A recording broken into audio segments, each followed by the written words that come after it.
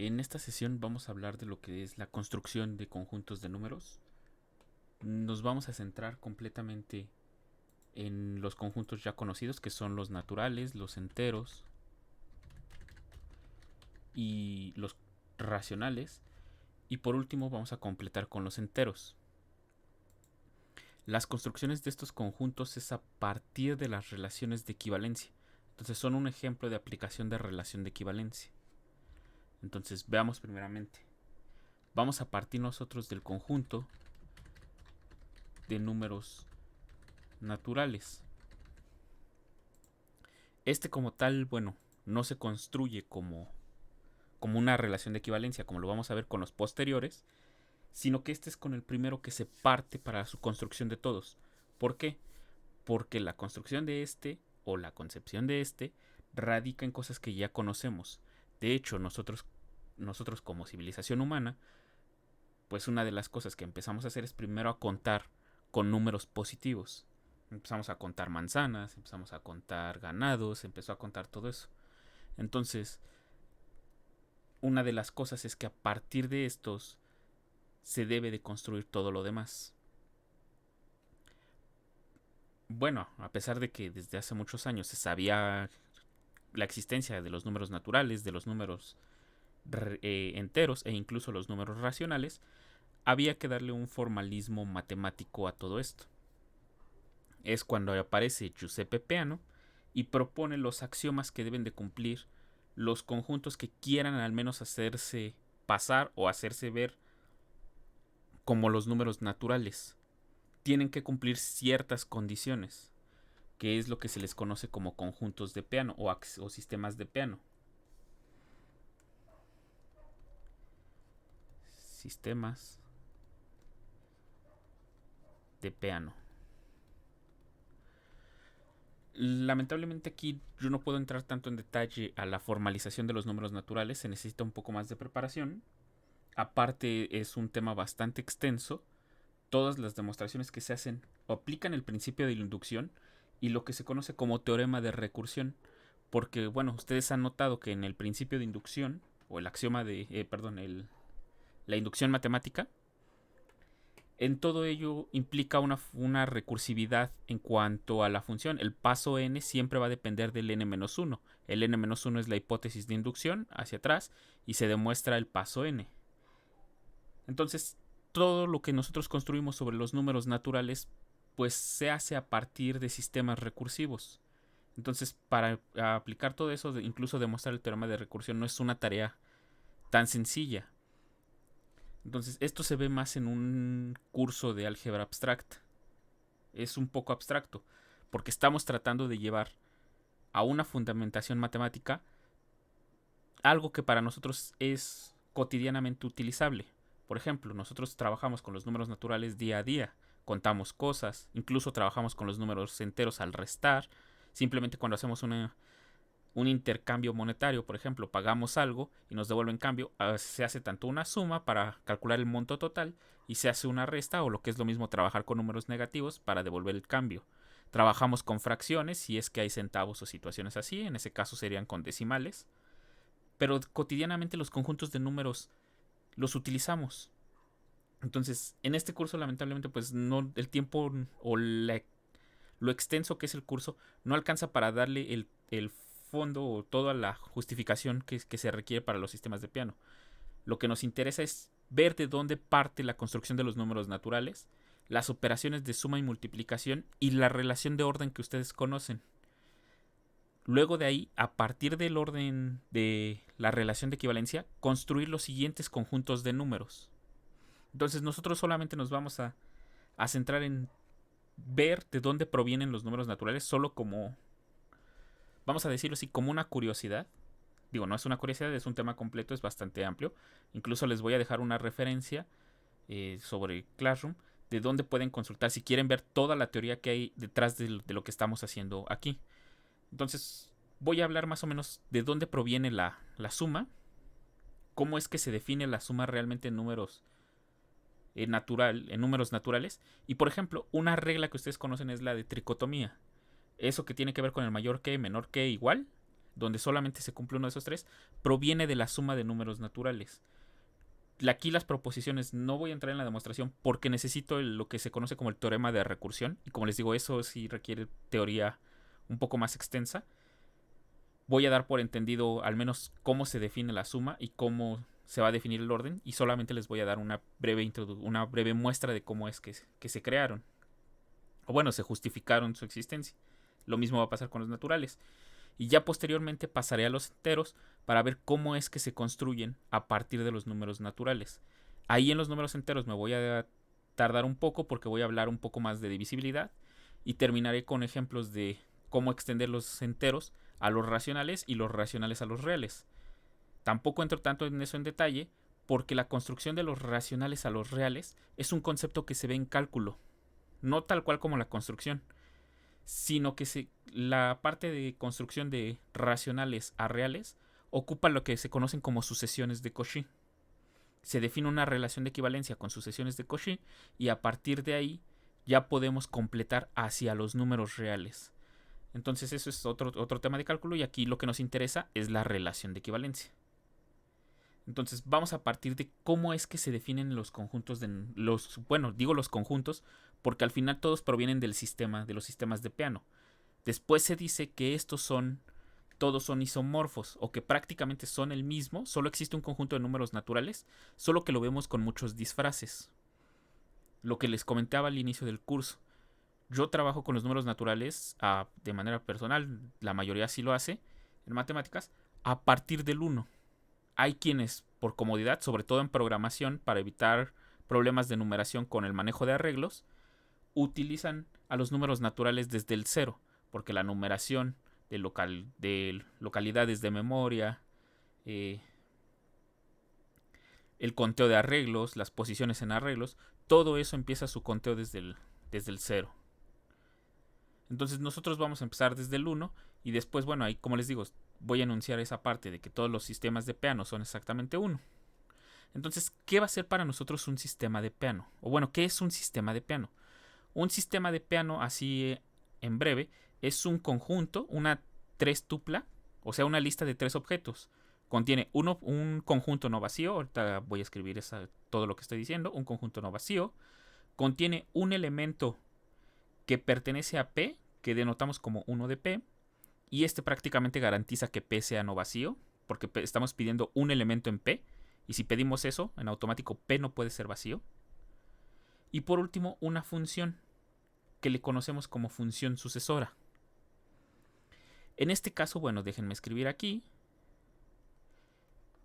¿Qué es cada cosa? Bueno, P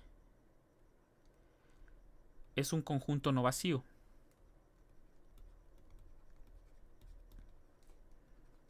No vacío.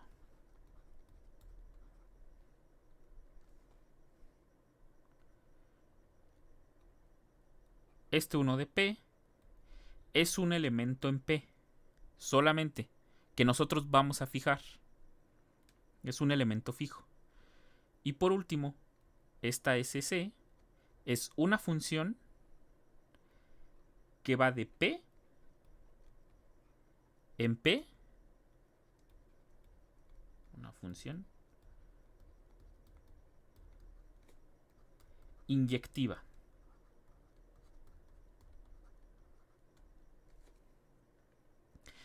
Ahora, esta función cumple ciertas características. Bueno, la primera es que sea inyectiva. Y la otra es que se debe de cumplir que para todo X en P, el 1 en P nunca será igual a evaluar la función SC en X.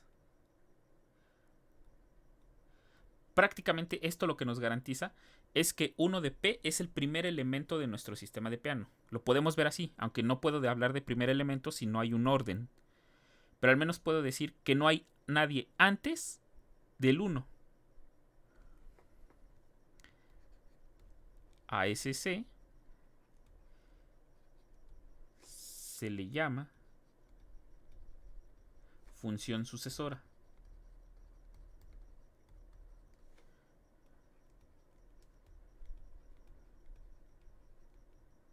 función sucesora.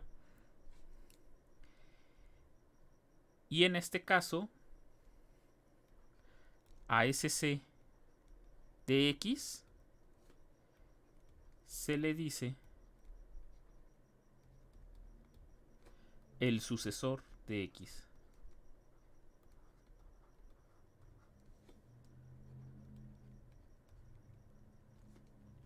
Entonces, estas son las características de nuestro sistema de Peano.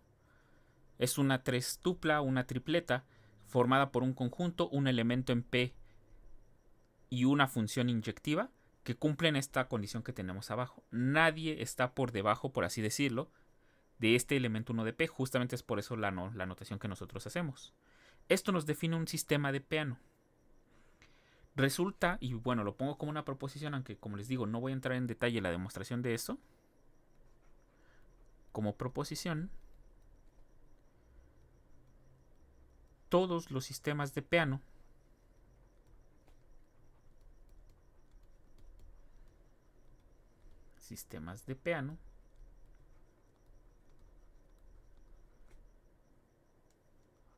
son isomorfos.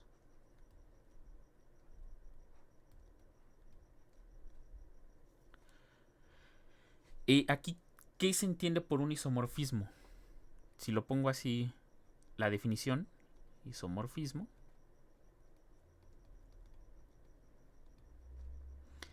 ¿qué vamos a entender? Va a ser una función biyectiva. Función biyectiva que preserva preserva propiedades entre conjuntos.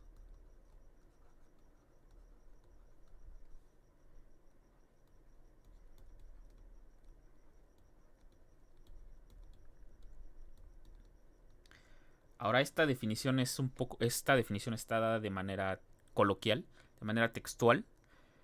Un isomorfismo realmente se puede definir tanto en teoría de categorías, se puede definir en estructuras algebraicas y dan en específico. Pero para nosotros solamente lo vamos a entender como una función biyectiva que preserva propiedades entre conjuntos. Dependerá de dónde estén estudiando qué propiedad van a preservar los isomorfismos. Para nuestro caso, la propiedad que nos interesa que preserven, por ejemplo, es que si P y P' son sistemas de Peano,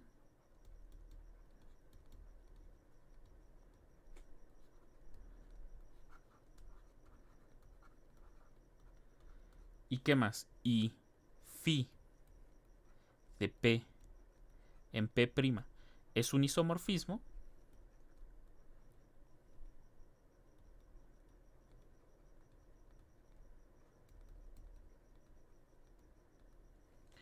la propiedad que nos va a interesar involucra al elemento que dejamos fijo. Esto quiere decir que cuando nosotros evaluemos phi en el 1 de P, nos tiene que dar el 1, pero de P'. Bueno, a este elemento le llamo 1 así arbitrariamente por el símbolo que estoy utilizando. Y ahorita otra vez me van a entender por qué le estoy diciendo símbolo. Ya lo mencioné al inicio del curso porque se hace así. Pero bueno, aquí lo vamos a ver. Y lo siguiente es que si yo evalúo a phi, bueno, aquí, si yo tomo cualquier x en P y evalúo a phi en el sucesor de x, esto me tiene que dar el sucesor, pero ahora de phi de x. Cabe aclarar, este sucesor de aquí es en P y este sucesor de aquí es en P'. Entonces, esto es lo que se tiene que preservar.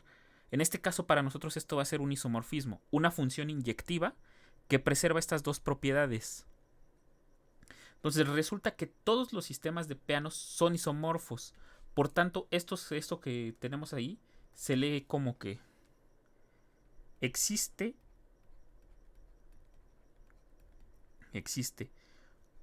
un único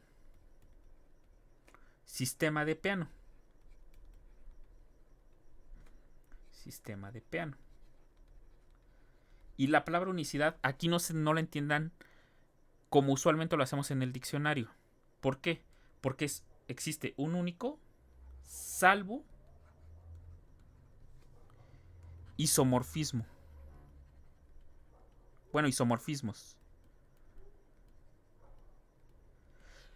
¿Esto qué nos está diciendo? Bueno, como todos los sistemas de Peano son isomorfos, la ventaja de ser isomorfo es que si ustedes, bueno, buscan la raíz etimológica de iso, nos da exactamente lo mismo, bueno, nos da equivalentes, exactamente iguales.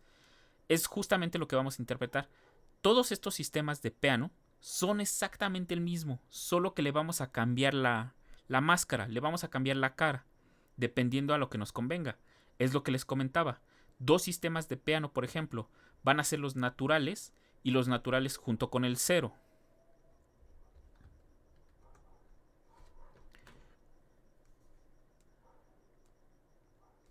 Por ejemplo,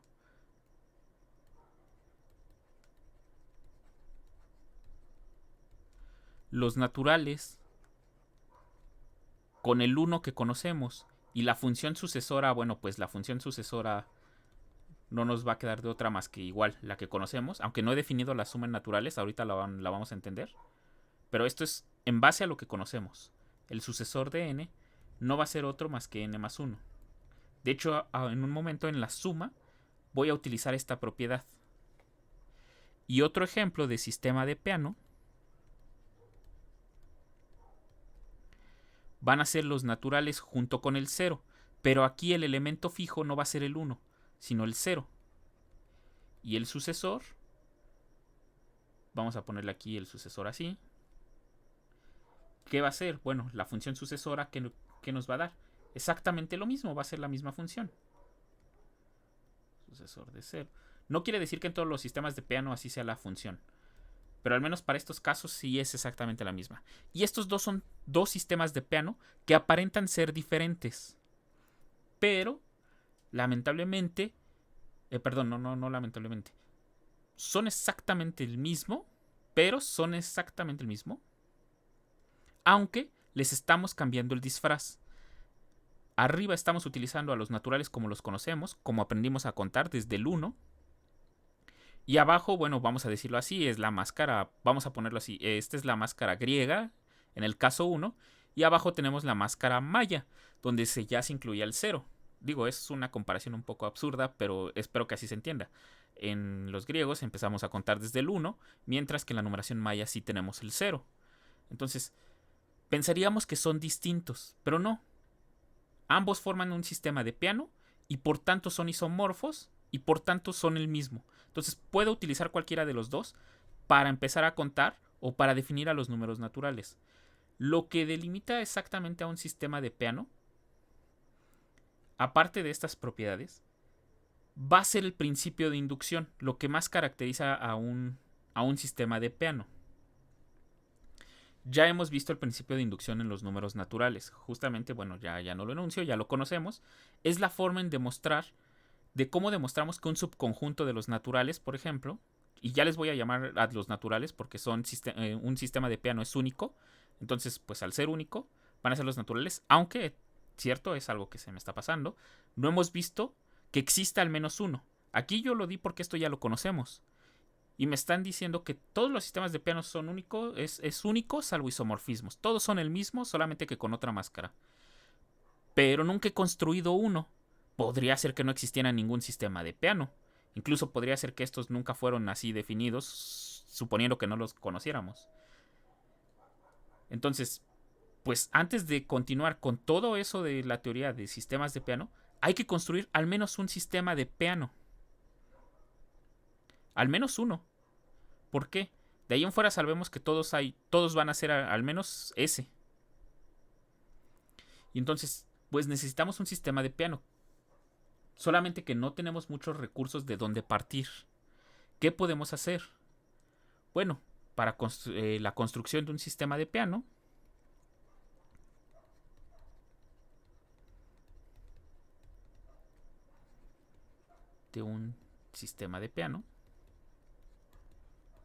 o del sistema de Peano, aunque la unicidad es hasta isomorfismos. ¿Cómo va a ser? Pues aquí para construir al menos un sistema de Peano, yo no tengo la certeza de que nada exista en matemáticas en este momento. Entonces, lo único que tengo la certeza para fundamentar en matemáticas que siempre existe es el conjunto vacío. Es el único que hay certeza de su existencia en matemáticas. Entonces, hay que tener ahí eso en cuenta, que es lo único que tenemos certeza. Puedo definir muchos conjuntos de cosas del objeto real, pero bueno, yo sé que son reales porque existe. Pero en matemáticas, si no logro justificar por qué existe o por qué lo puedo definir así, no aparece, no lo puedo definir teóricamente. Entonces, como tengo que partir de algo que tengo 100% certeza que aparece en matemáticas, pues entonces vamos a considerar el conjunto vacío. Vamos a definir. Se construyen. O bueno, se construye a P. Bueno, de la siguiente manera.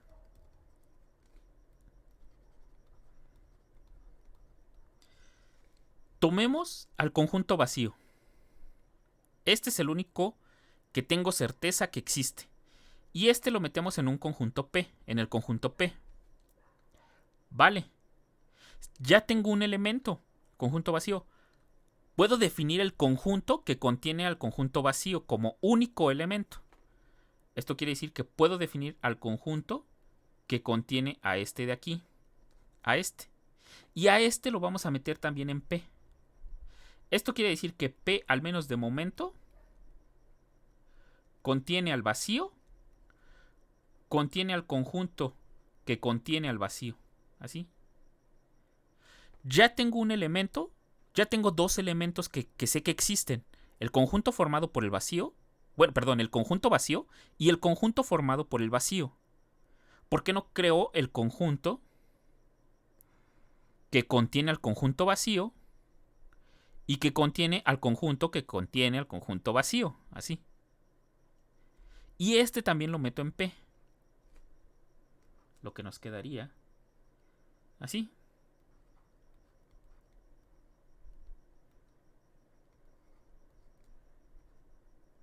Así, este cierra este. Y este cierra este. Y así lo puedo hacer sucesivamente. Ya tengo tres elementos. ¿Por qué no creo el elemento que contiene a mis tres elementos anteriores?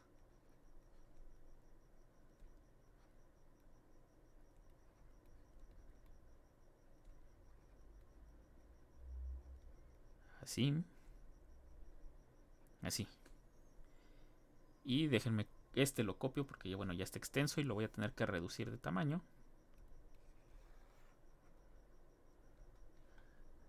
Control C, Control V. Lo hacemos un poco más chico. Y lo ponemos en P. Y así continúo este proceso y voy metiendo todos esos elementos en P. Y así se construye P, con todos estos que se van formando. Ahora, este que está aquí, yo puedo trabajar con él. La idea de la construcción de los números naturales es que, por ejemplo, a este, en lugar de ponerle el vacío, le cambiemos de símbolo. Lo representamos con 1, para no estar cargando todas estas contenciones de conjuntos. Al siguiente le ponemos 2. Al siguiente le ponemos 3. Y a este que está aquí le ponemos 4. Y nuevamente, así sucesivamente vamos cambiándoles de símbolo. Para no estar pues estando escribiendo vacío, coma, conjunto vacío, coma, conjunto vacío, coma, conjunto vacío. Para no estarlo escribiendo así, pues podemos renombrarlo de esta manera. 1, 2, 3 y 4. 5, 6, 7, así. Con esos símbolos que conocemos. Y la función sucesora, para todo x en P, la función sucesora justamente de x va a ser tomar al propio x y unirlo con el conjunto que contiene a x. Es así como construimos los elementos. Vean que así le estamos haciendo. Entonces, a partir de esto, pues ya podemos crear nuestro sistema de Peano. Este es un sistema de Peano. ¿Quién va a ser nuestro 1 de P? Pues justamente es el conjunto vacío. es por el que partimos. Y así me voy construyendo todos estos. Este es un sistema de peano. P, 1 en P, SC, es un sistema de peano. Entonces ya al menos tengo la certeza que existe uno. Y aquí es lo interesante, porque bueno, en este momento yo puse esta construcción. Hay otros libros que para no estar cargando toda esta notación, toda esta de aquí, solamente lo construyen de esta manera. Partimos del base, lo pongo con otro color para que se vea que es otra forma de construirlo. Se pone al conjunto vacío, luego se pone al conjunto que contiene el conjunto vacío. Hasta aquí no nada diferente. Pero en lugar de tomar al conjunto que contiene a los dos anteriores, solamente toman al conjunto que contiene al conjunto que contiene al conjunto vacío. O sea, este que está aquí. Y luego construyen así sucesivamente al conjunto que contiene al conjunto así. Esta es otra forma de construir otro sistema de piano. Pero bueno, esta nada más es una forma de quitar más notación, y hay que hacer un ajuste aquí en la función sucesora. La verdad esta parte casi no me gusta construirlo así, porque aquí en la función sucesora prácticamente vamos a relacionar a la unión con la suma. Aunque bueno, eso como les digo ya es de la parte teórica, y al menos aquí solamente quería exhibir cómo se ve una construcción del sistema de piano, que al menos hay uno. Con estos, bueno, se puede construir otro, pero pues al final los dos son exactamente el mismo gracias a estos teoremas que tenemos acá. Entonces, si ya tenemos un sistema de piano, ¿qué podemos hacer con él? Pues justamente podemos definirlo, al menos ya existe uno, podemos darle un nombre adecuado. ¿Cómo definimos ese? El único sistema de piano. Bueno, para nosotros va a ser el conjunto de números naturales. Números naturales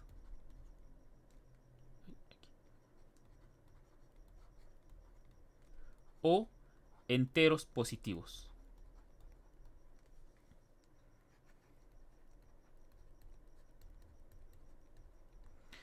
Ese conjunto lo vamos a denotar como lo conocemos usualmente,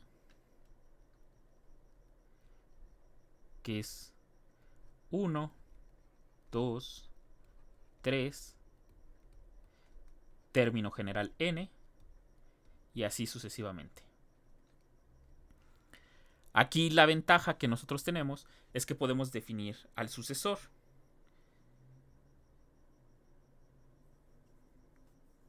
Ahora, ya tengo un sistema de piano, tengo una función sucesora. En este momento no escribo la función sucesora, aunque va a ser esta que tenemos aquí, esta, y la vamos a interpretar de esta manera. Aquí, ese es sucesor de n, va a ser n más 1. ¿Por qué? Como les dije, no entro tanto en detalle en eso, porque para definir operaciones o operaciones binarias se requiere lo que se conoce como teorema de recursión, que nos justifica por qué se puede construir una suma y un producto. Incluso elevar una potencia a un número natural también nos lo justifica ese teorema de recursión. Es muy importante, de hecho. Es de los más importantes que se aplican en cuanto a la teoría de sistemas de Peano. Es el más importante. Prácticamente sin él no podemos hacer nada. Incluso el factorial también se define a partir de ese teorema. Entonces, todo lo que tenga que ver con operaciones que se definen recursivamente viene a partir del teorema de recursión. Este nos permite crear funciones recursivas. Entonces, yo, como les digo, les voy a poner una referencia si quieren ahondar más en el tema. Igual pueden preguntarme sin problemas de cómo es esto del teorema de recursión. Pero me voy a centrar, bueno, en las definiciones que nosotros queremos. Entonces, se define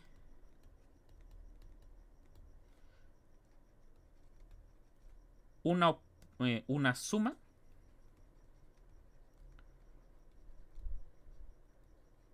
en el conjunto de enteros positivos o naturales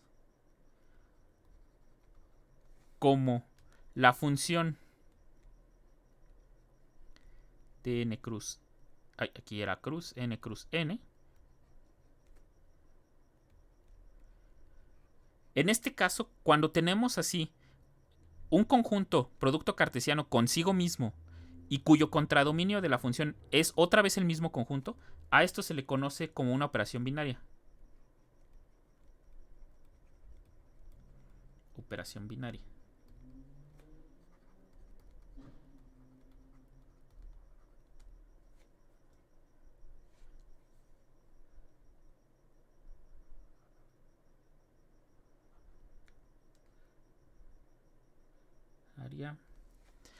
Tal que, ¿qué debe de cumplir?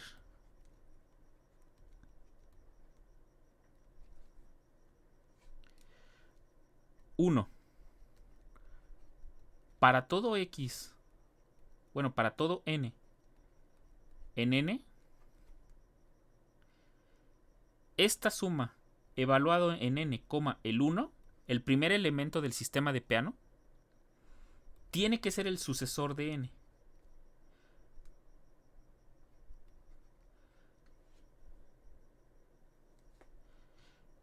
Y 2. Para cualesquiera n y m en n,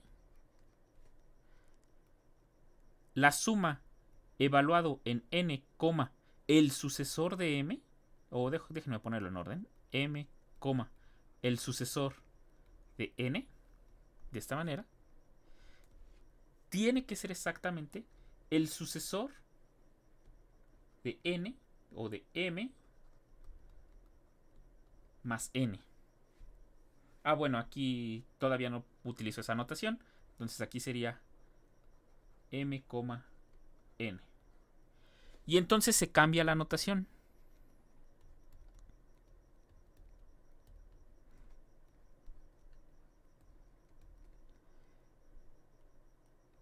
Así. Ahora se utiliza esta notación.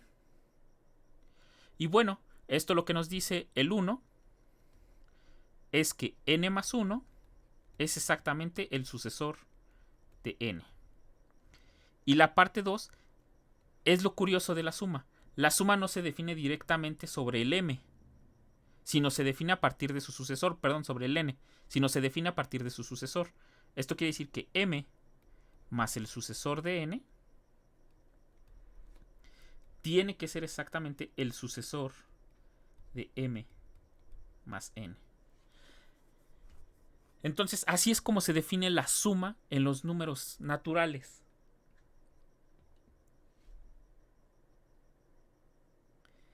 Esto, bueno, esto es lo que nosotros tenemos aquí. Es con lo que podemos trabajar. Solamente tenemos a la función sucesora. Entonces, no nos queda de otra más que definir la suma a partir de eso. Y gracias a eso, tal vez este último es el curioso, es el que nos da justamente el teorema de recursión. Definimos a partir del 1 y de ahí vamos a definir los demás. Por ejemplo,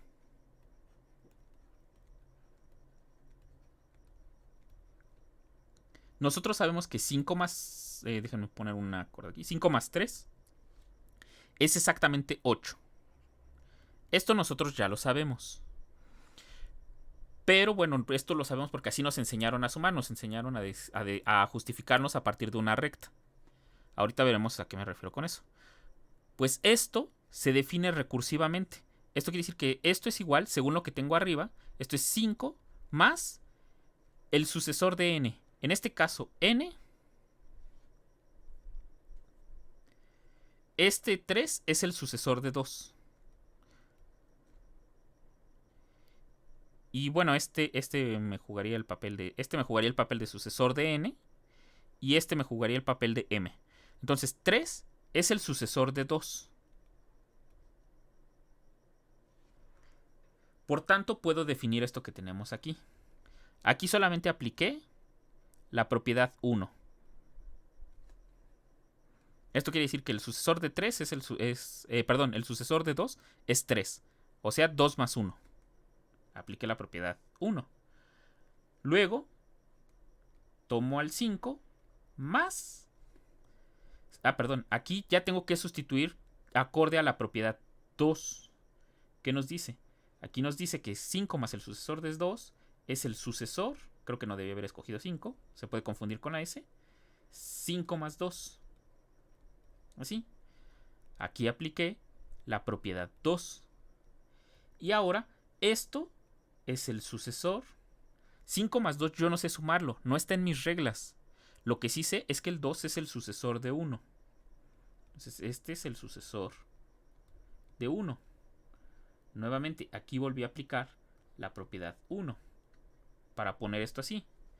Y esto es igual al sucesor de 5 más sucesor de 1. Esto por la regla 2 es el sucesor de 5 más 1. Estoy aplicando la propiedad 2. Y esto es igual al sucesor del sucesor. 5 más 1 ya lo sé sumar. Es la regla 1. 5 más 1 nos da el sucesor de n. En este caso sería el sucesor de 5. Así, cierro este. Y aquí otra vez apliqué la 1. Y por último, pues ya puedo ir sustituyendo. Sucesor del sucesor. El sucesor de 5 sabemos que es 6. Luego el sucesor de 6 sabemos que es 7. Y esto, el sucesor de 7, nos da 8. Entonces, esto, bueno, parece complicado con la suma. Que la suma la tengamos que hacer así, porque ya estamos directamente familiarizados con esto. Pero esto es exactamente lo que nos enseñaron en los niveles básicos. En la primaria, por ejemplo. Si yo tengo una recta así que me representa todos los números, aquí, y aquí localizo al 5,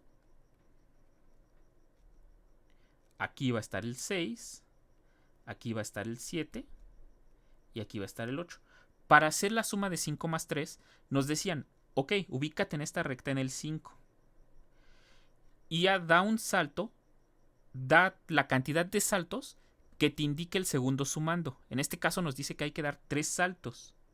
Entonces pasamos del 5, pasamos al 6, damos un primer salto. O sea, aplicamos la función sucesora una vez. Damos otro salto. O sea, aplicamos la función sucesora otra vez. Y damos un tercer salto. O sea que volvemos a aplicar la función sucesora otra vez. Que es justamente lo que tenemos aquí. En el 1, 2, 3. En el cuarto paso de abajo hacia arriba. Tenemos sucesor del sucesor del sucesor de 5.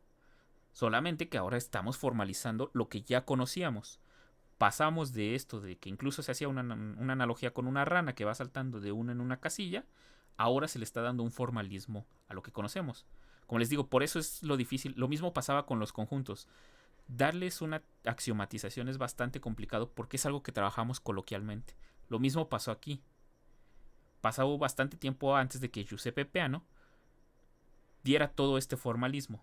De hecho, no solo es Giuseppe Peano. Déjenme acuerdo quién más es el que le da. Dedekind, que ustedes lo conocerán de las sumas de integración, cómo se definen, cómo se demuestra que una función es integrable a partir de sumatorias. No, ese es el criterio de Darboux. No, me estaba confundiendo ahí, perdonen. Me estaba confundiendo entre Dedekind y Darboux. No. Dedekind. Déjenme recuerdo dónde más. Lamentablemente no recuerdo otra cosa donde haya aparecido Dedekind que no sea abstracto, porque otra de las cosas que se hace es otra construcción de los racionales a los enteros por cuarteaduras, que no es la que vamos a ver. Pero déjenme recordar dónde más aparece Dedekind. Ay, bueno. No, lamentablemente no me acuerdo dónde más aparece Dedekind. Pero Dedekind también es quien formaliza toda esta teoría. Ayuda a construir muchas cosas a partir de esto. Prácticamente los teoremas de recursión se deben a Dedekind más que a Peano. Peano axiomatiza y Dedekind comienza a dar resultados de esto. Entonces, así se va construyendo la formalización de lo que ya conocíamos. Es un poco tedioso estar escribiendo la suma así, pero bueno, así se crea. Gracias a la propiedad 2, prácticamente podemos demostrar las propiedades de la suma, que solamente las voy a enunciar porque ya las conocemos y bueno, ya las han demostrado con anterioridad. Propiedades de la suma. Primero que nada, ¿qué cumple? Una asociatividad. Bueno, la asociatividad. Asociatividad. ¿Esto qué nos dice? Que para todo n, m y p elementos en los números naturales, m sumado con n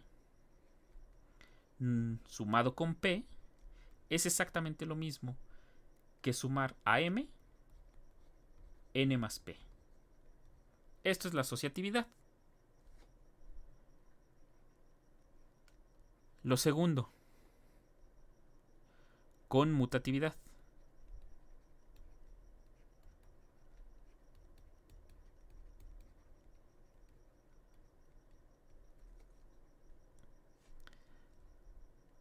Para todo m y n en los naturales, m más n es exactamente lo mismo que n más m. Tercero, y esta es la que es un poco rara. Esta y la cuarta son las que son más pesadas de demostrar. Ley de cancelación. Y esta es rara porque no tenemos negativos, pero se puede cancelar.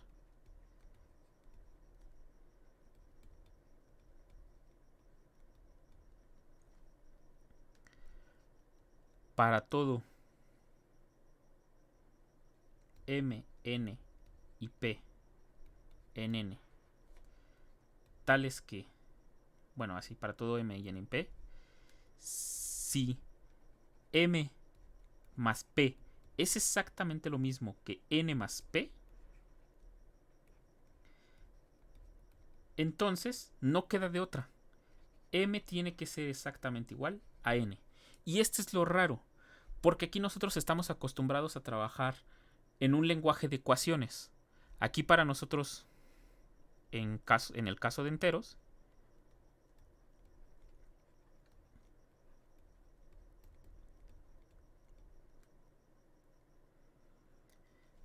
así, en el caso de enteros, ¿qué pasa? Bueno, si nosotros tenemos m más p igual a n más p, pues esto lo que nos implica es que por igualdad yo puedo sumar dos números enteros iguales a ambos lados. Bueno, un número entero a ambos lados de la igualdad. Lo que nos quedaría que sumaríamos este número entero, el menos p. Y déjenme mejor ponerlo así para que ahorita se entienda lo que quiero decir. Así. N más p menos p. Estamos acostumbrados a esto.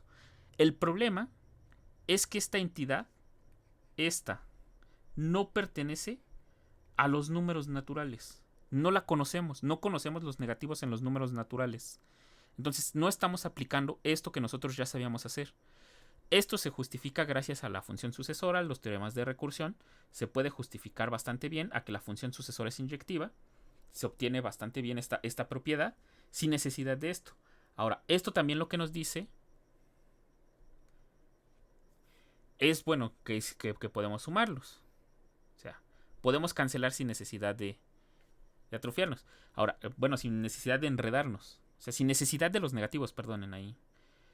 Podemos cancelar sin necesidad de los negativos. Pero esto se dice cancelar.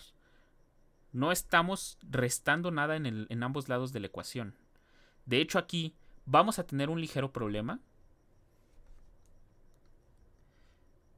Por ejemplo, déjenme pensar.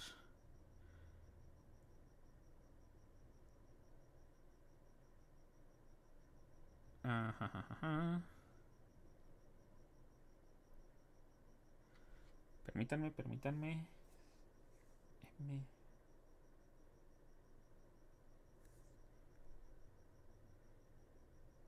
Perfecto, sí. Así, miren. Vamos a tener un ligero problema en situaciones como esta. A más B más M igual a M. Vean que esto que tengo aquí escrito, esto no es lo mismo que tengo aquí arriba. No tiene la misma forma de un natural sumado con P igual a otro natural sumado con P. Esto es un natural sumado con M Y bueno, para que quede acorde a lo que tenemos arriba sería aquí P.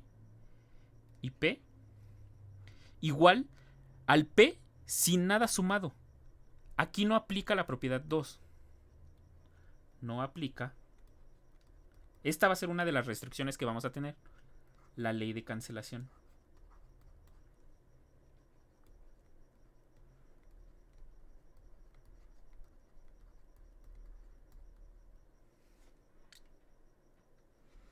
Aquí no va a aplicar la ley de cancelación. Es más, de hecho aquí no necesitaba a la.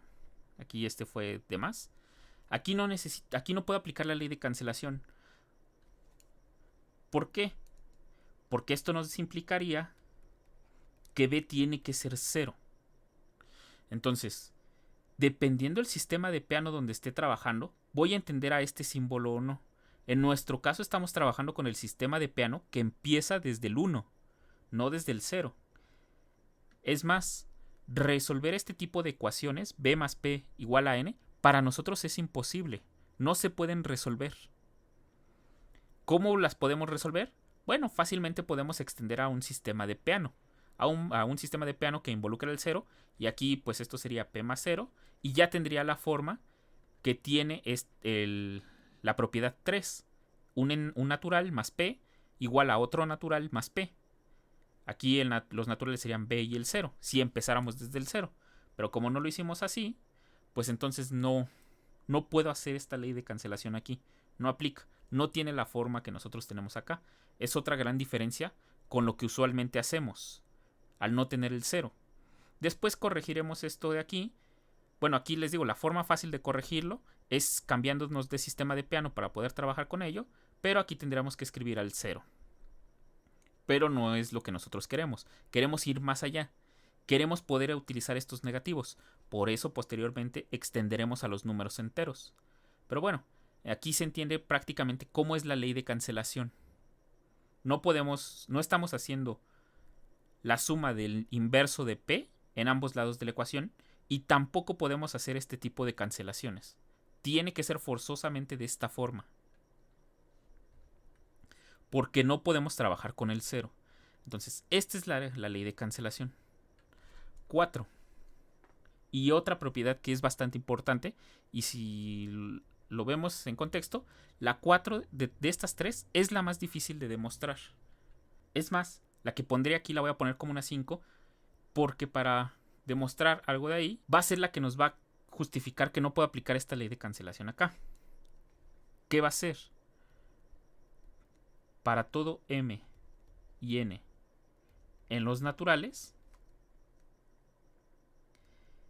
M es distinto de M más N. Prácticamente esto es lo que tengo arriba, que nos dice que el 0 no se trabaja aquí. No estamos manejando al 0. Les digo, esta por lo regular no se pone como propiedad, pero esta ayuda a demostrar la siguiente. Por eso mejor la pongo aquí, ya que pues si no voy a poner las demostraciones de todas estas propiedades, pues al menos pongo la parte clave que me garantiza la siguiente propiedad. Y la siguiente, justamente, es la de tricotomía.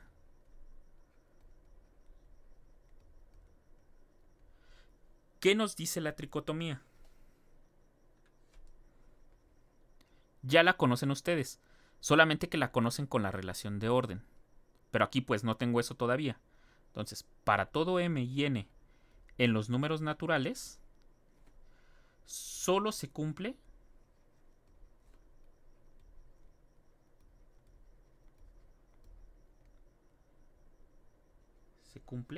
uno de los 3 casos.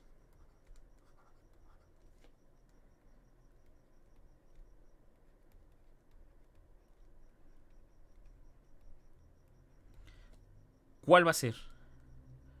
Bueno, M es igual con N, o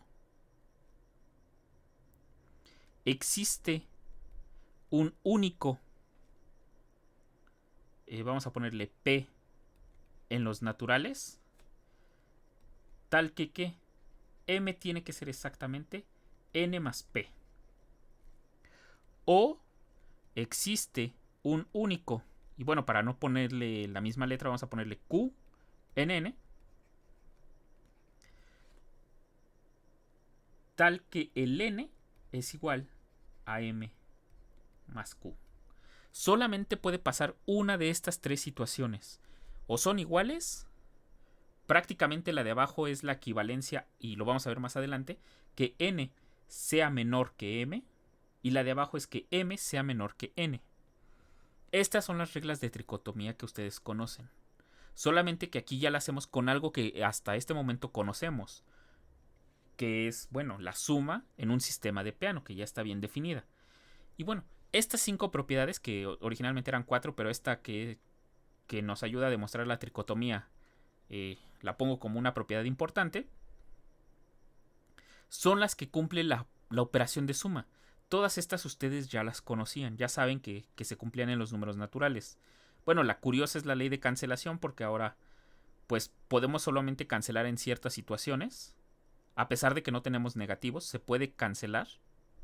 Y la tricotomía es otra forma de verla sin la necesidad de los símbolos de mayor o menor que. Y justamente hablando de esos símbolos, otra de las cosas que podemos ver en los números naturales van a ser el orden parcial de los números naturales.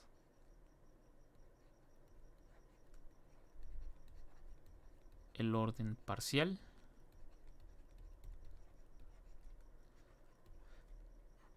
de los números naturales.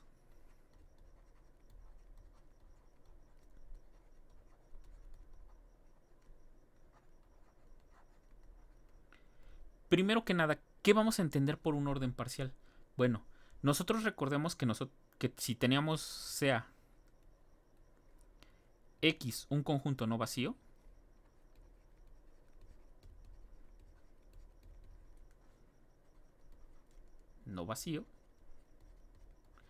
podíamos definir una relación sobre X. R, una relación. Bueno, aquí, vamos a ponerle así. Relación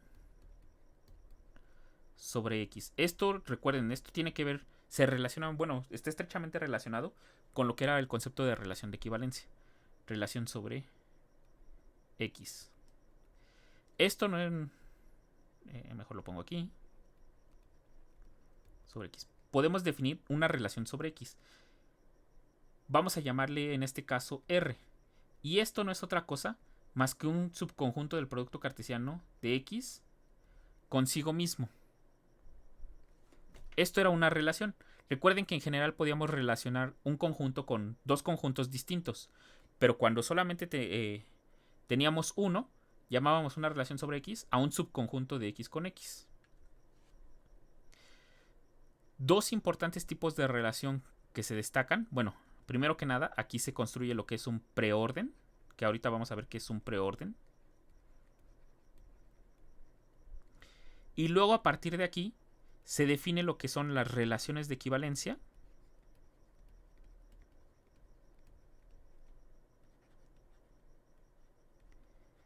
Equivalencia.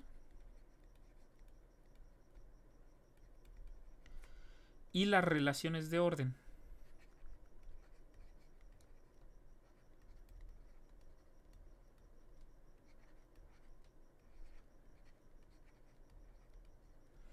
Justamente nosotros ya vimos lo que son las relaciones de equivalencia. Y ahorita vamos en búsqueda de ejemplos de ellas. Estas que cumplen. Bueno, me cumplen la reflexividad.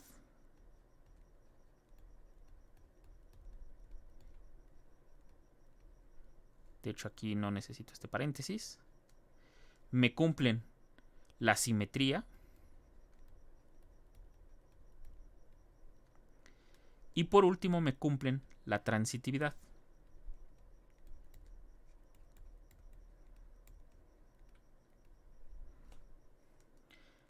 Con las relaciones de orden vamos a igual tener la reflexividad,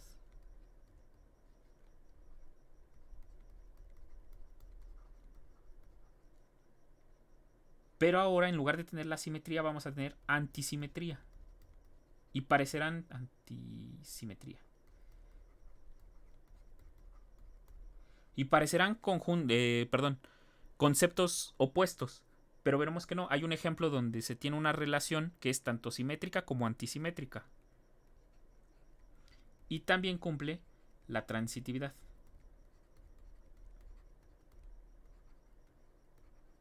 Justamente en ambos casos se puede ver que se cumple la reflexividad y la transitividad. Y eso es lo que nos va a definir lo que es un preorden. Un preorden cumple la reflexividad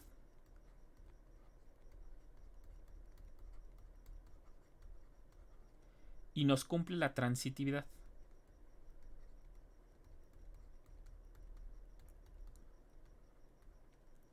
Esto quiere decir que cualquier relación de equivalencia es un preorden y cualquier relación de orden también es un preorden. Entonces tenemos dos formas de organizar a los conjuntos. Organizarlos como clases de equivalencia, lo cual ya vimos que nos define una partición, o ordenarlos, bueno, como... ¿Cómo podemos decirlo? Como una cadena larga, solamente que aquí la palabra cadena después le daremos otro concepto. Y de hecho aquí relaciones de orden, aquí relaciones de... es de orden parcial, hay que aclarar. Parcial, aquí. Relaciones de orden parcial. Me faltó ponerle ahí la palabra parcial. Entonces, así es como vamos a dividir los dos tipos de preórdenes. Vamos a definirlos ahora sí formalmente. Sea X, otra vez lo vuelvo a escribir, un conjunto no vacío. Un conjunto no vacío. Y R, una relación sobre X.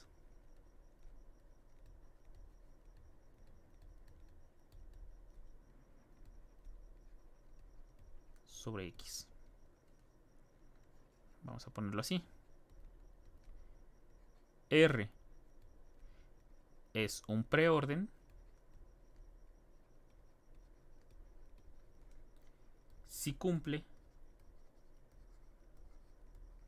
ya lo mencionamos arriba, 1. Reflexividad.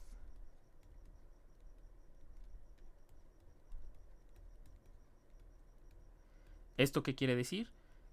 Que para todo A elemento de X, A siempre está relacionado con A. 2. Cumple la transitividad.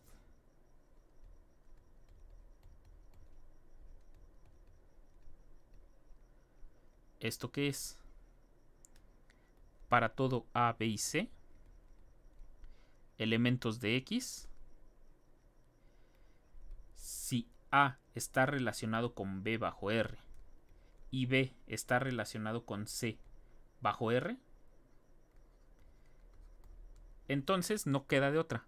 A tiene que estar relacionado con C. Estas dos propiedades es las que cumple un preorden. Y de ahí, bueno, ya vimos la definición de relación de equivalencia. Ahora vamos a dar la definición de orden parcial. Definición. R es un orden parcial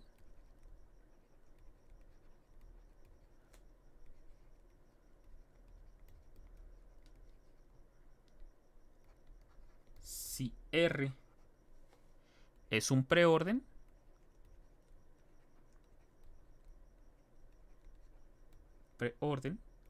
y vamos a ponerle así 3, cumple la antisimetría.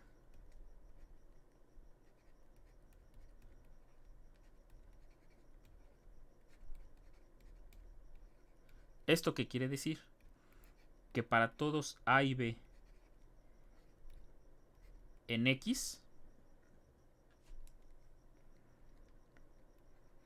si A está relacionado con B y B está relacionado con A, entonces A tiene que ser igual a B. Vean que esto es diferente al caso de la simetría. La simetría, ¿qué pasaba? En una relación de equivalencia, ¿qué pasaba? Pues se tenía que, si A estaba relacionado con B, Esto me implicaba directamente que B estuviera relacionado con A. Y era todo lo que podía decir. No tienen por qué ser iguales. Solamente se obtiene a partir de una relación la otra. En el caso de la antisimetría no. Si se cumplen las dos, que pasaría exactamente en la simetría, si yo tengo una, a fuerza se cumple la otra. Pero ahora en la antisimetría, si pasan las dos, tienen que ser exactamente el mismo elemento. Acá abajo no. Por eso es que acá abajo trabajamos con clases de equivalencia, con las relaciones de equivalencia. Por eso trabajamos con conjuntos, porque no tienen por qué ser el mismo elemento. Mientras que en las relaciones de orden parcial o en la antisimetría, sí tienen que ser el mismo. Un ejemplo de orden parcial. Ejemplo. ¿Cuál va a ser? En R, que justamente vamos a justificarlo, lo vamos a definir en los naturales y después nos lo vamos a llevar a los enteros y de los enteros a los racionales y de los racionales a los reales. O sea, lo vamos a extender. Y entonces en R, la relación de menor o igual que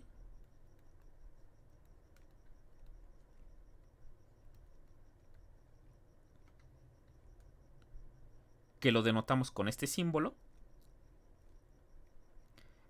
es un orden parcial. Ahora aquí solamente lo voy a ejemplificar porque este lo voy a definir en los números naturales. Este va a ser el siguiente ejemplo. Lo voy a definir en los números naturales y de ahí me lo voy a estar llevando hacia los números enteros. Hacia los números reales, perdón. Entonces, estos prácticamente, como pueden ver, van a ser los órdenes parciales. De hecho, a esto se le va a llamar un orden total. Voy a definir aquí unos conceptos que se tienen en cuanto a relaciones de orden parcial que se obtienen, unos conceptos que se obtienen, y ya de ahí voy a definir este orden en los números naturales, que se define a partir de la suma, que justamente la tricotomía nos va a dar todas las propiedades que conocemos. Entonces, primero que nada, déjenme poner unos conceptos que involucran al orden parcial. Mero. Definición.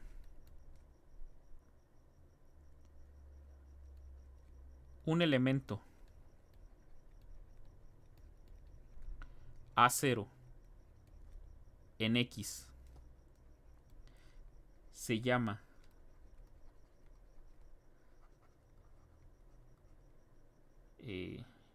permítanme aquí, A0 en X, un elemento A0 en X, permítanme, esta definición ahorita la pongo, déjenme escribir algo que iba a escribir antes sin decir qué es. Si se tiene un orden parcial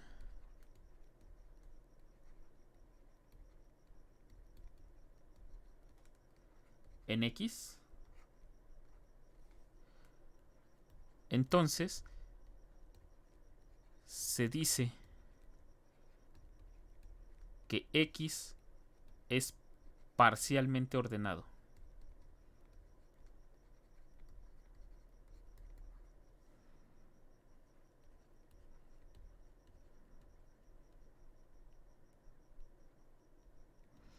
Después, en un curso de álgebra abstracta se demuestra que todo conjunto X puede ser parcialmente ordenado. Se definen ciertos órdenes, de hecho el más conocido siempre va a ser el orden del diccionario, por ahí se puede definir, un análogo en general, y entonces uno demuestra que todo conjunto es parcialmente ordenado. Pero bueno, nosotros lo dejamos así. Si nosotros construimos un orden parcial sobre X, entonces este tiene que ser parcialmente ordenado. No siempre ese orden parcial se va a ver tan bonito así como lo conocemos en R, así fácil de entender, a partir de una recta, no siempre es así. ¿Dónde está la recta de los saltos? Por ejemplo, aquí sabemos que 5 es menor o igual que 6, 6 es menor o igual que 7 y 7 es menor o igual que 8. No siempre se puede ver así los órdenes parciales. Por eso les digo que esto se ve en un curso completamente abstracto, de que todo conjunto se puede ver parcialmente ordenado. Entonces, ¿Qué vamos a tener ahora? Bueno, si X es un parcialmente ordenado, ahora sea... Aquí voy a poner así, X, coma, así. O déjenme ponerle otro símbolo, déjenme pensar qué símbolo podemos utilizar. Bueno, es que ese nunca me sale. Así. Un conjunto parcialmente ordenado.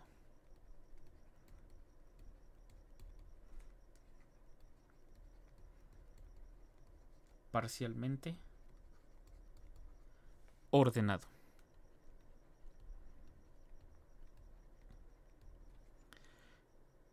Este símbolo que tenemos aquí, que se parece al de menor que es un poco más... ¿cómo se puede decir? Un poco más curveado. De hecho, miren, a ver, déjenme ver si aquí se ve. Aquí es... LEC. Este es el de menor que nosotros conocemos. Vean, es completamente recto. Y el que estoy utilizando abajo es este. Vean que tiene unas pequeñas curvas. Digo, en la caligrafía, bueno, tal vez a mí no me sale. Pero aquí en la fuente sí se notan un poco las curvas. Entonces estoy utilizando ese símbolo. Ese va a ser el que nos va a denotar el orden parcial. Ahora sí. Definición. Un elemento.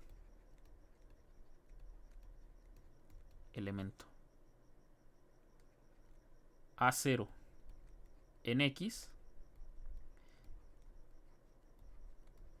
se llama elemento maximal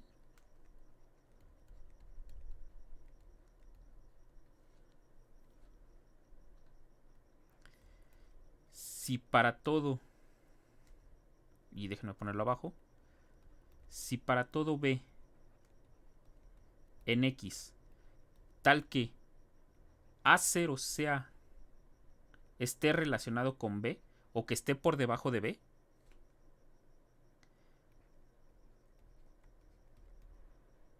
entonces no va a quedar de otra.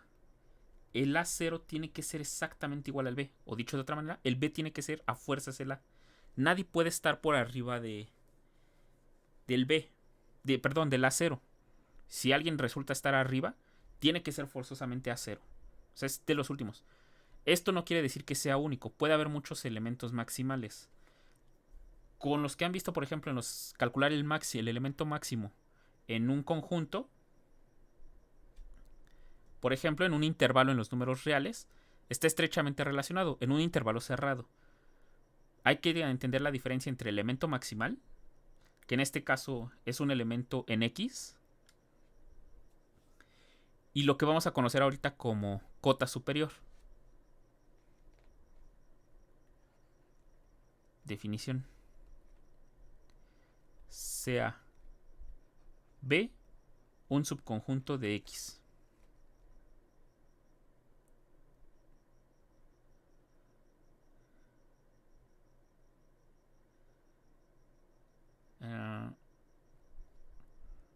Déjenme ver cómo ponerlo. Si A0 en X cumple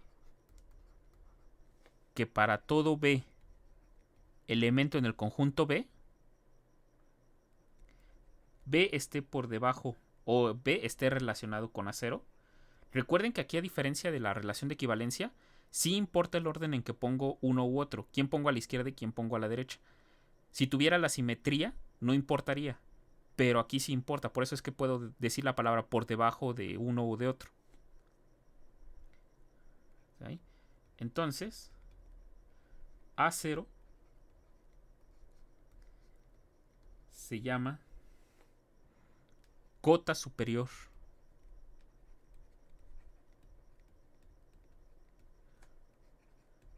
de B. Esto ustedes ya lo han trabajado, como les digo, ya lo han trabajado en R con el concepto de supremo y máximo. Solamente que ahí hablaron de cotas en un intervalo.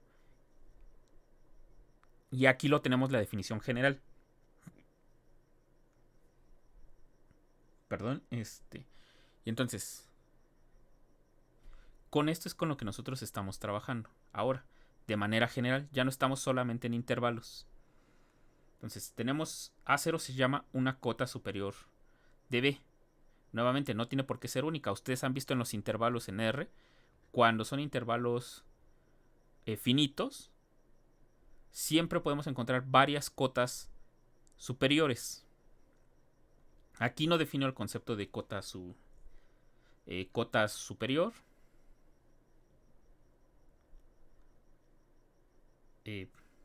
Perdón, cota inferior, porque pues no he dado otro orden. También se puede definir, pero se necesita otro orden parcial, que en el caso de los números naturales va a ser el de mayor o igual que se define a partir del de menor o igual que. Por eso solamente trabajamos con uno, porque el otro se define a partir de este. Entonces, por eso aquí solamente defino lo que es cota superior. De igual manera también pueden definir cota inferior con esto, pero bueno, solo nos quedamos con cota superior porque pues se obtiene a partir de la definición de cota superior.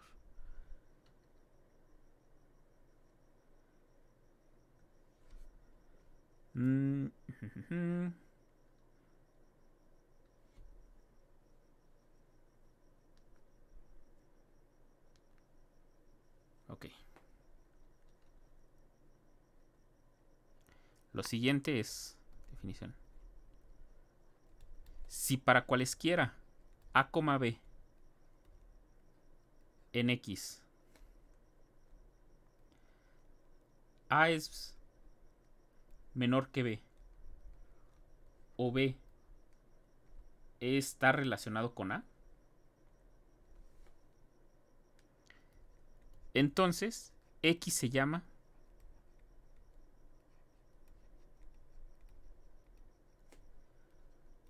una cadena. O sea que si resulta que cualesquiera dos elementos están relacionados, porque esto llega a pasar, puede haber elementos que no están relacionados entre sí en los órdenes parciales. Justamente por eso se les llama órdenes parciales, porque no todos los elementos tienen por qué estar relacionados. En los que vamos a ver, de hecho, sí pasa. Y justamente va a resultar que esos se convierten en lo que se conoce como una cadena. Si siempre que yo doy dos elementos en X, siempre están relacionados de alguna o de otra forma, entonces a eso yo le voy a llamar una cadena. Siempre que pueda relacionar cualesquiera dos. Como les digo, no siempre se tiene eso. En el orden del diccionario llega a pasar mucho así. El orden del diccionario, recuerden que es que justamente su nombre proviene de ahí, que cuando ustedes ordenan alfabéticamente toda una colección de palabras, siempre va primero la letra de un alfabeto y luego de este. Hay situaciones en las que llegan a no estar relacionados cuando este orden se ve en otros espacios. Otro orden, por ejemplo, sería en productos cartesianos de conjuntos parcialmente ordenados. Si se define un orden parcial de manera que componente a componente, en ese caso entonces tampoco se tiene esta propiedad de ser una cadena. Entonces esto es lo que nosotros vamos a entender como una cadena. Un conjunto parcialmente ordenado donde cualesquiera dos elementos siempre están relacionados de alguna o de otra manera. Siempre pasa esto. A esto le vamos a conocer como cadena. Y el último, el principio del buen orden.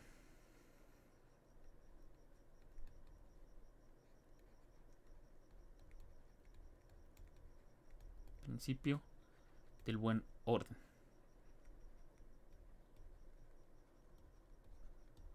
¿Este qué nos dice? Bueno,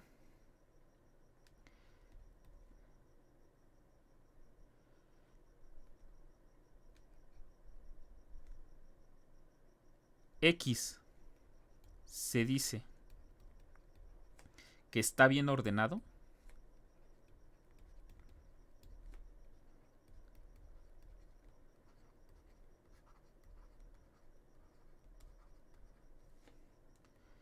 si para cualquier subconjunto B de X, no importa cuál yo tome, existe un elemento B0 en B, de tal manera de que para cualquier otro elemento, vamos a ponerle B en B, B0 siempre está relacionado por debajo de B. En este caso vamos a decir que X está bien ordenado si se cumple esto. Esto es lo mismo que siempre pasa en los números naturales. Cuando ustedes toman cualquier subconjunto de los números naturales, siempre existe un primer elemento, solamente que esto lo lleva al caso más general, de cualquier conjunto parcialmente ordenado. Entonces, esto lo conocemos como el principio del buen orden. X se dice que está bien ordenado si para todo B contenido en X siempre puede encontrar un elemento mínimo o un elemento inferior. Entonces, estas 4 definiciones son las que vamos a utilizar en conjuntos bien ordenados.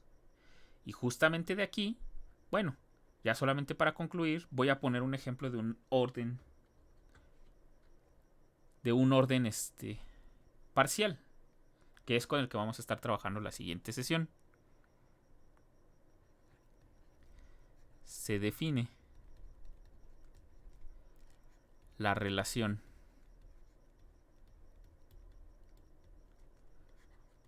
de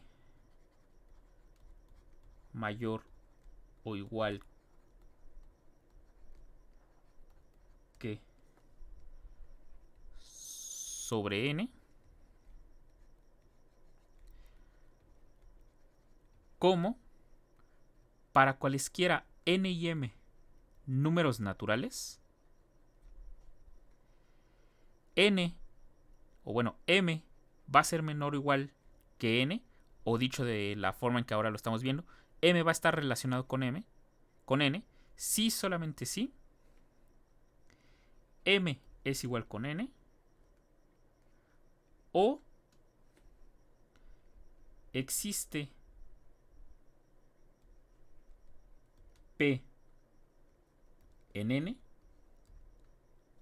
tal que n tiene que ser igual a m más p.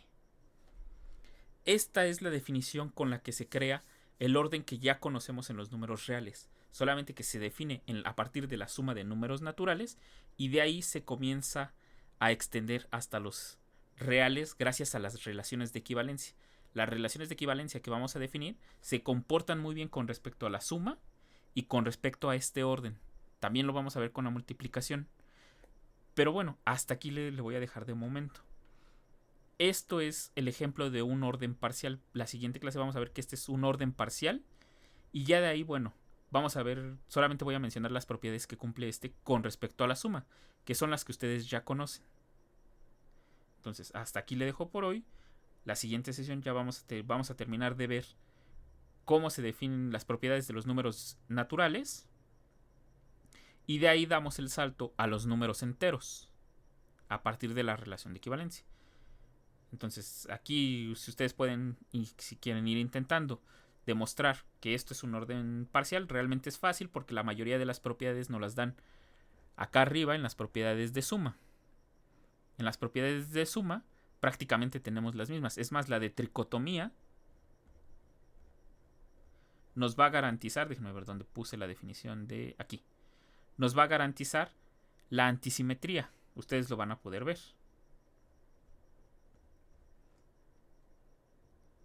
Entonces, hasta aquí le dejo de momento y ya la siguiente termino de ver naturales y me paso completamente a enteros.